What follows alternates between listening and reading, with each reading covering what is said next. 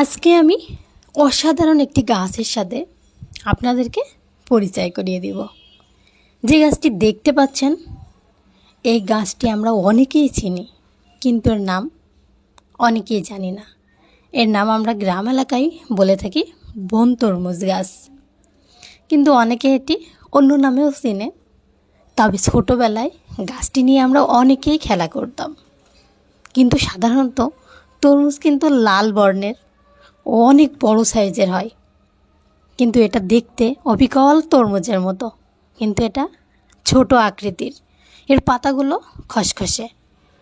এটি তরমুজের মতো দেখতে হলেও এর ফল কিন্তু তিতা লাগে। আমরা ছোটোবেলায় জানতাম এটি খেলে হয়তো মানুষ পাগল হয়ে যায়, কিন্তু আসলেই নাই।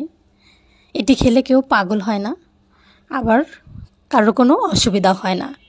এই বন তরমুজের ফল আপনি যদি থেতো করে রস সেকে খান খালি পেটে, তাহলে কিন্তু যে কোনো ধরনের কৃমির সমস্যা দূর হয়ে যাবে। তাই এই ফলটিকে আমরা কিন্তু অবহেলা করি, আর অনেকেই অনেক ভুল অভিজ্ঞতা দিয়েই আমরা বলি যে আসলে মনে হয় ফলটি খেলে আমাদের মারাত্মক ক্ষতি হতে পারে। আসলে এমন কিছুই নয়, এটা যেখানে সেখানে জন্মায়, আর এটা খেলে কোনো অসুবিধা হয় না।